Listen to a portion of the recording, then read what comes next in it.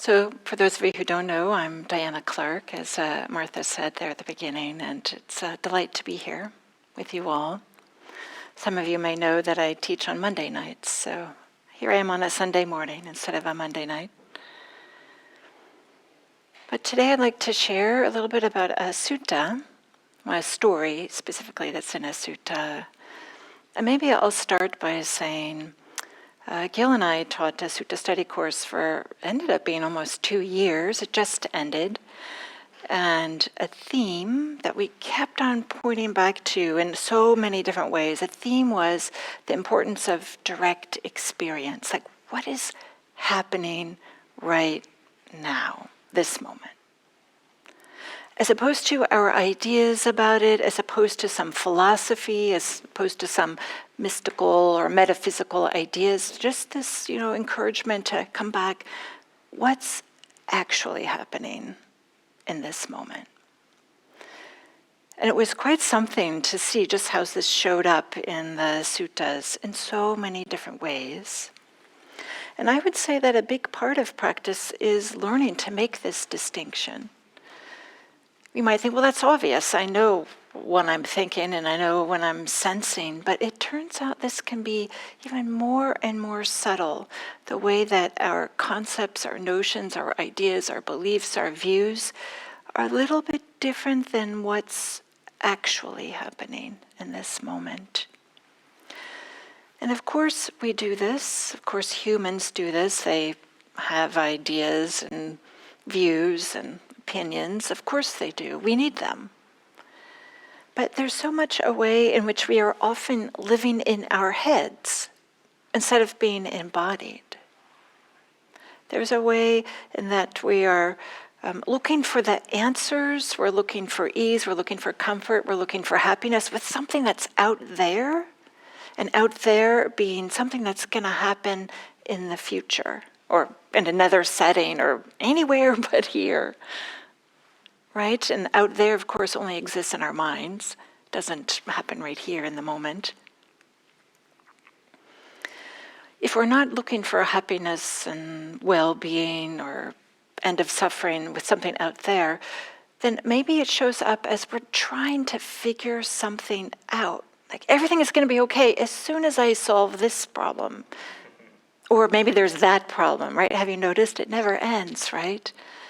And of course we do this.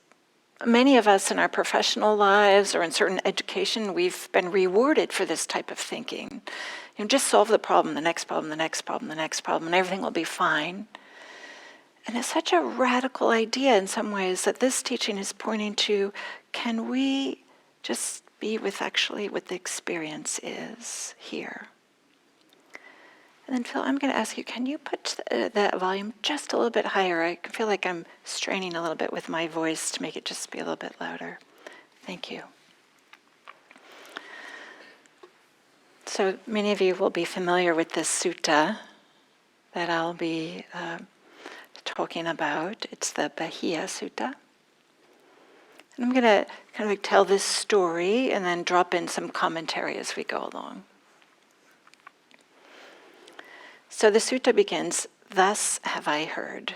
Many of you know this is the common beginning, and maybe we could say, "Once upon a time," something like this. "Thus have I heard. At one time the Buddha was staying near Savatthi in Jeta's Grove in Anathapindika's park." I'll say that so many suttas start this, like where the Buddha is, kind of giving a setting. Now, at that time, Bahiya of the bark cloth was residing by Suparika on the ocean floor. So Bahiya, he's in another place. The Buddha's over here and Bahiya's over there. Bahiya was honored, respected, revered, venerated, and esteemed. And he received robes, alms food, lodging, and medicine and supplies for the sick. So they're kind of giving Bahiya's credentials. Who is this person? He was a spiritual leader. A lot of people followed him, thought that he was a good leader. And these list robes, alms foods, lodgings, and medicine, those are the usual, like the list of 4 things that spiritual leaders need, and in particular, Buddhist leaders need. They would say they need those 4 things. and only those 4 things. But that's another story to talk about that. Maybe we'll also say that Bahiya is not a Buddhist practitioner. And partly we know this because he's wearing bark cloth. So just in the same way that we can tell the difference between who's a lay person, who's a Theravada monastic, who's a Zen practitioner, who's a Tibetan monastic by what they're wearing, in the same way back at the time of the Buddha, we could also. But he's not a Buddhist practitioner, but he's this esteemed spiritual leader. And then coming back to the sutta. When Bahiya was alone in seclusion, we can understand this as when he was meditating. When he was alone in seclusion, this line of thinking appeared to his awareness. Now, of those who in this world are awakened, or have entered the path of awakening, am I one? He's wondering about his practice. He's wondering, I think I'm awakened, everybody else thinks I'm awakened, but am I really?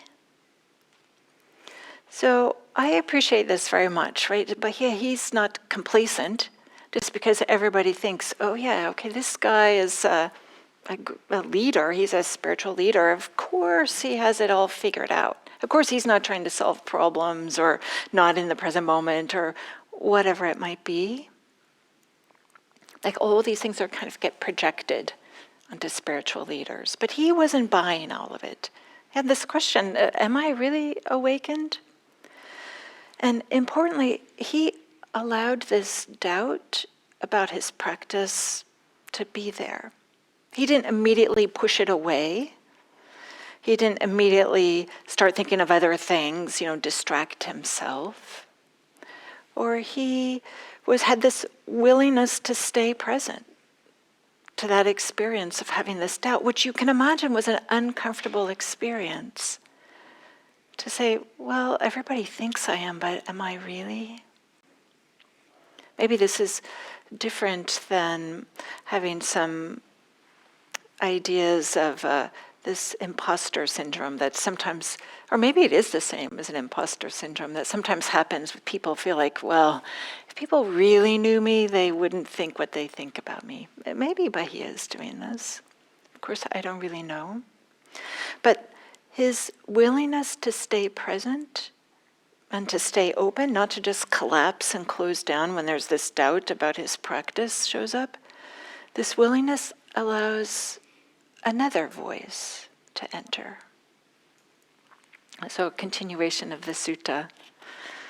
Then a Deva, who had once been a relative of Bahiya's, compassionate and desiring Bahiya's welfare, and knowing with her own awareness the line of thinking that had arisen in Bahiya's awareness, so this Deva knows what's going on in Bahiya's mind. The Deva went to Bahiya and on arrival said to him, "You, Bahiya, are neither awakened nor have you even entered the path to awakening. You don't even have the practice whereby you would become awakened or entering the path of awakening." You can imagine Bahiya is like this, wow, okay. So here we have a Deva meeting the Bahiya in this sutta. I don't know exactly what Devas are. There's different ways we might understand them. Some of them have these disembodied entities.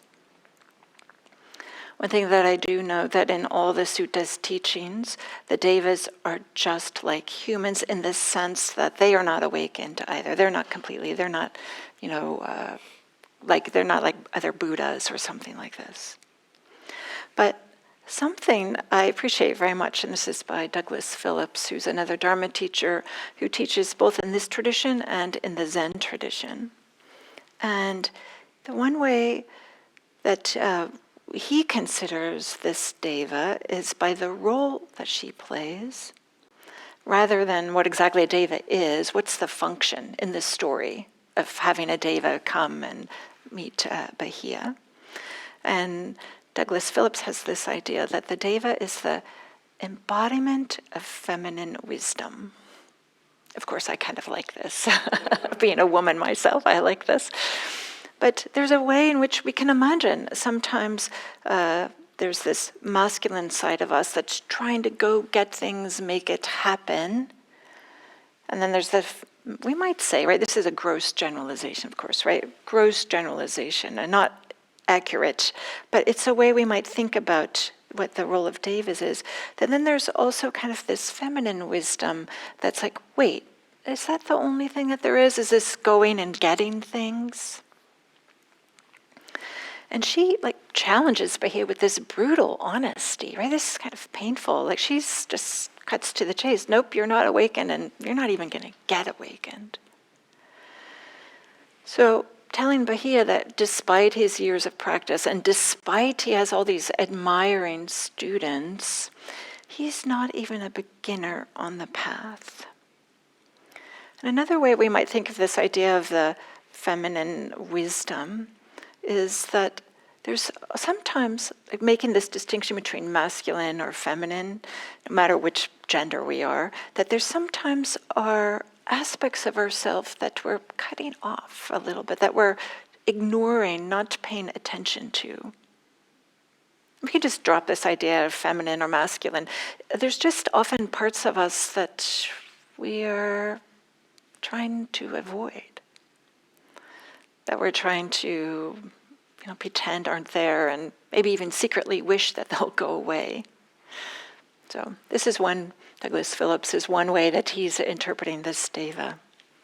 But no matter how we think about it, we might notice that maybe doubt has arisen in your practice too.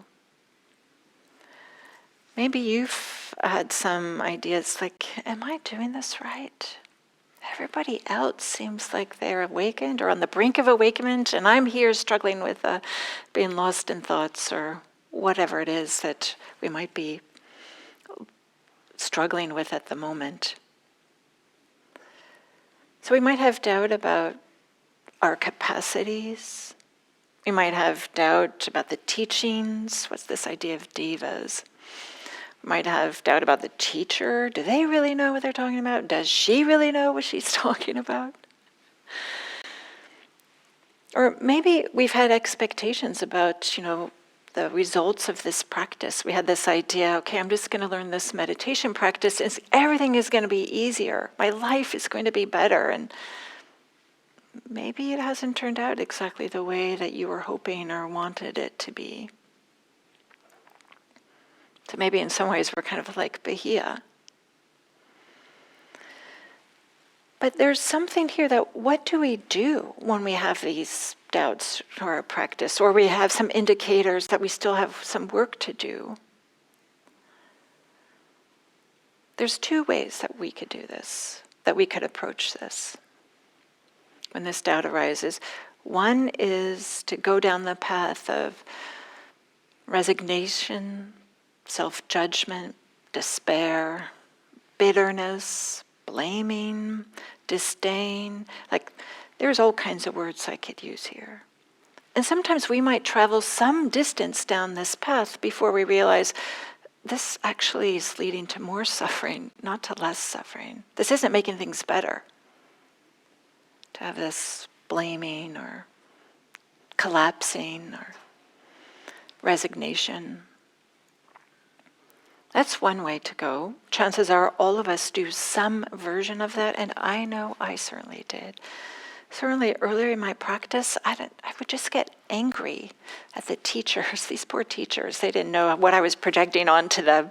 I just thought it was their fault somehow that this was so hard, and I didn't know how to do it, or I was getting lost or having difficulties. I thought if they would only be better teachers. Now I'm one of those teachers, right? I can tell you. We don't have all the answers for everybody, right? We have to find our own way. Of course we do. Of course we do. And that's the second path, or that's the second response we could have when we have all this When we discover that there's some difficulties, we could, rather than the path of blaming or self-judgment, we could go down the path of practice. That is, we could bring attention to our experience at that moment. This is what doubt feels like. This is what blaming feels like. This is what despair feels like. This is what feeling confused and angry and not even sure I want to do this practice anymore feels like. It feels like this, and it's uncomfortable. So there's a way in which we can just bring our practice to our experience, which, to be sure, it might be the precise thing we don't want to do. But this is what's being asked of us, not to be somebody different, not to have different experiences, but to be with what's arising as best we can. As best we can with whatever's arising. So if we do have some doubt about not only our experience or about the teachings or the teachers, what can we do? We can be with our experience, but bring it with a sense of curiosity. Do some investigation. Talk to a teacher. Read Dharma books. Listen to Dharma talks. Talk to other people. There's so many ways in which we can maybe share our experience in a way that feels comfortable for us, that is a part of the practice. I would say for me, I certainly would not have stayed with this practice if it weren't for some friends that I had along this Dharma path. To share kind of the difficulties, and after Dharma talks to talk about things like, what? I didn't get it. Did you get it? This kind of thing, or to just share ideas. And maybe the last thing I'll say about this, that this, when we're having difficulties, to engage with the practice and to bring some curiosity about it. Maybe some of you will recognize this as investigation, Dhammavichaya. And many of you will know that investigation is a factor of awakening. It's an integral part of this path towards awakening. So it's not like something that we do on the side until we could get back to the real practice. It is the practice. To bring some curiosity, some just being present, what's going on here, to what's actually happening. Okay, to get back to the sutta, Bahiya. So the Deva just told him, okay, you're not awakened and you're not even going to be awakened. And I give Bahiya a lot of credit because here's what happens next. Without hesitation, Bahiya asks the Deva, but who in this world is awakened or has entered the path to awakening? And she said, Bahiya, in the northern city of Savatthi lives the Blessed One, the Buddha, a rightly self-awakened one. He is truly awakened, and he teaches the Dharma that leads to awakening. Then Bahiya, deeply chastened by the Deva, left Saparaka and traveled all the way to where the Buddha was staying. Put this in context, this is thousands of years ago, and the distance between where Bahiya was and where the Buddha was is over 1,000 miles. Right? He had to walk. Right? Maybe he had a chariot part of the way or some of the way, I don't know, but 1,000 miles is a long time, right? Before there's roads or pavements, doesn't exist yet.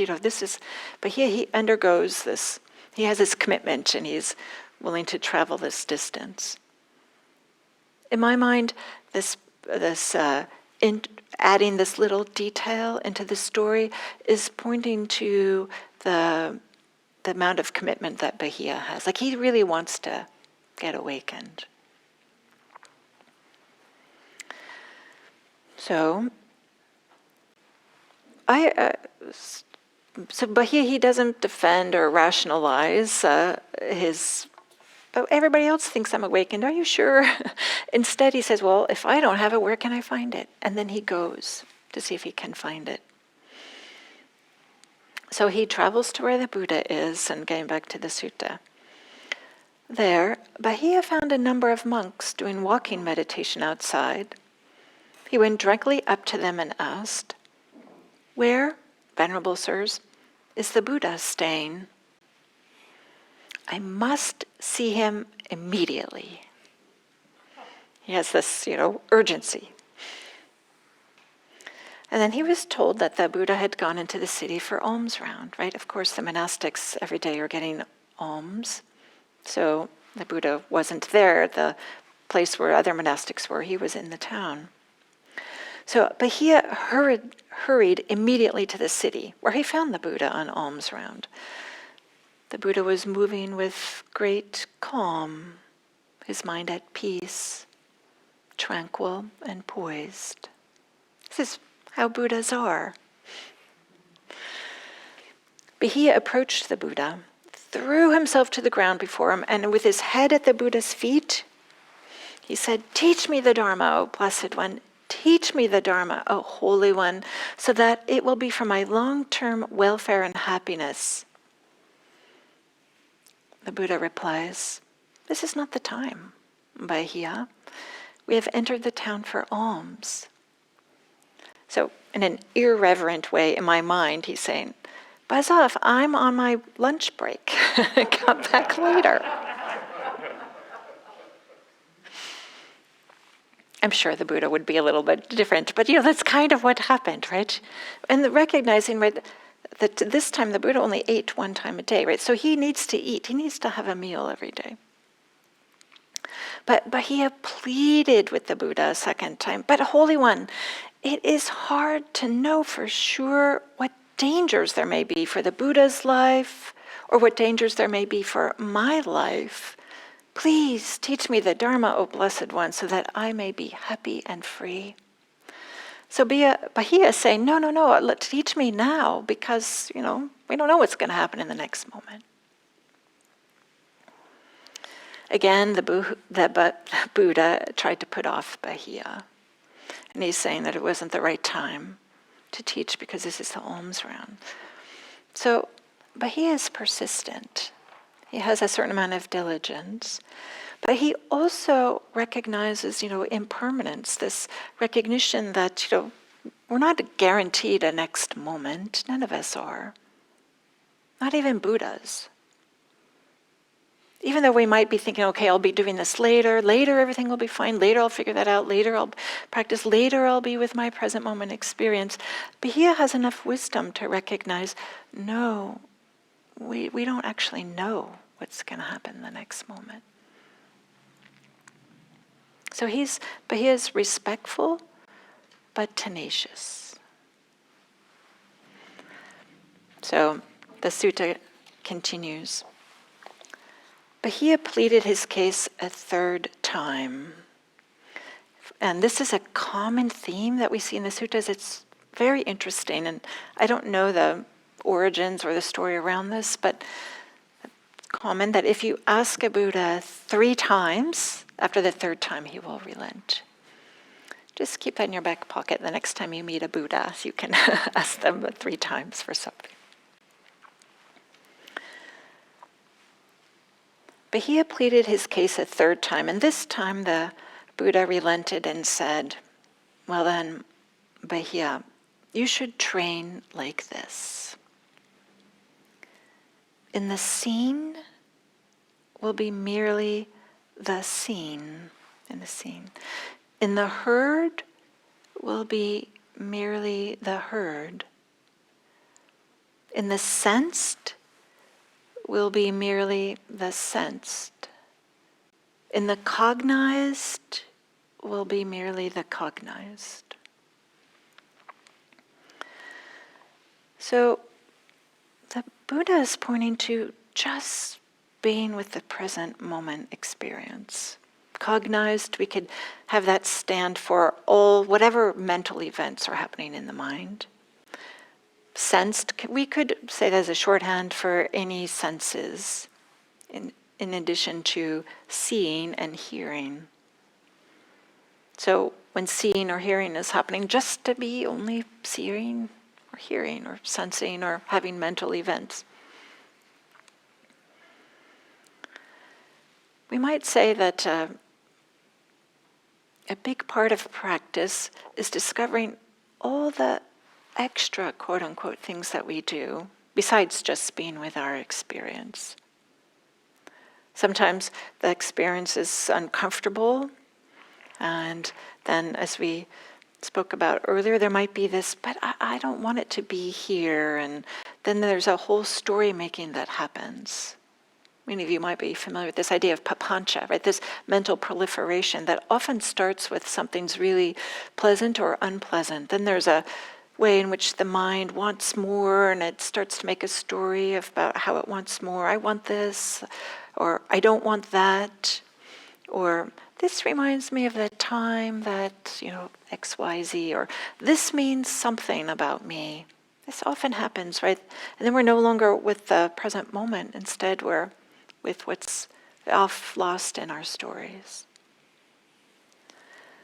So the Buddha is pointing to the importance of just staying with the present moment experience. So then the sutta continues. It's more than just being with the present moment experience. The Buddha says, and when you have trained in that way, in the seen will be merely the seen, in the heard will be merely the heard, in the sensed will be merely the sensed, in the cognized will be merely the cognized, then, Bahiya, there is no you in connection with that. And when there is no you in connection with that, there is no you there. And when there is no you there, there is no you here, nor yonder, nor in between. And just this is the end of suffering. Upon hearing this brief explanation from the Buddha, Bahiya's mind was immediately freed from the defilements from grasping, and he became an arhat. So you might wait and wonder, wait, what? What happened there? What the Buddha is pointing to is that imputing a sense of self, or having this self-concept, is extra. And it's associated with suffering. So we might consider the Buddha's description of when the seeing is just the seeing, or the hearing is just the hearing, might be a description of what it means when there isn't this self-concept that's getting overlaid on top of our experience. It's this idea of that there's a pattern of experience, but there's no entanglement with it. There's no papancha that's happening after it. As an example, you might have noticed that sometimes during meditation sessions, the most peaceful, the most delightful part of the whole meditation session is when the bell rings at the end. Because at that moment, there's a little, and there's any doing that was being done, there's a meditator here that's trying to meditate, or I'm meditating. For that moment when the bell rings, that sense of, I quote unquote, have to meditate gets put down.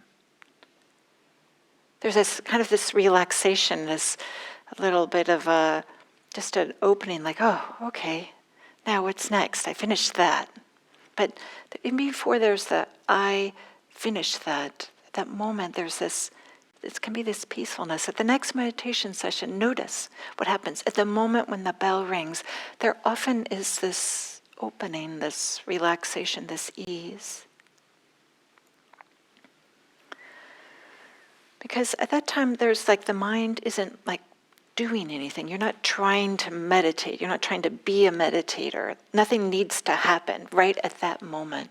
And it might just be a flash or a flicker, but just notice how at that time there's this peacefulness or this delightfulness. But not only is there no longer this sense of somebody who's doing this meditation, but at that moment also the reactivity and the measuring has been quieted or dropped. There's often such a subtle way, in fact, it might be subtle and so constant and familiar, we might not even recognize it, but there's a way often when we're meditating or we're trying to meditate, there's this subtle way in which there's I like this more than that. Oh, it was better yesterday. What am I going to do tomorrow so I can have this experience again? Or I don't like this as much as that, right? There's this subtle measuring or comparing or a sense of me trying to make things happen that gets tangled up with our experience. And what the Buddha is pointing to is that's extra. We don't actually have to do that. That doesn't need to happen. In fact, that can get quieter and quieter and quieter. And usually this is how it happens, is it's doing the extra is on a spectrum. Sometimes it's so obvious, like, I don't like this, please make it go away. I hate this. When is that tank bell going to ring? And there can be a really strong sense of, I want something in particular to happen. Or it could be really quiet. Just every now and then there's a thought that floats up like, oh yeah, this is nice. I hope it stays like this. Wow, look at me, I'm meditating. There can be something like this. It can be really, really strong or really, really subtle. It's not a binary on or off when this extra is added. So this reactivity, this measuring, this entanglement is caused, we might say, by this self-concept, that there's this idea of a self, that because the self, it wants things to be a particular way, wants things to be pleasant and comfortable.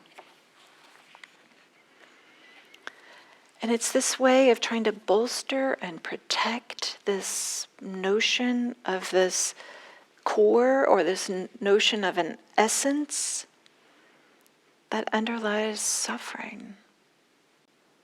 And whether that suffering is just stress or uncomfortableness or just flat out awfulness, it's this self-concept at the beginning, at the sense of this being at the core, that is the source. That's fueling the reactivity, it's fueling the suffering.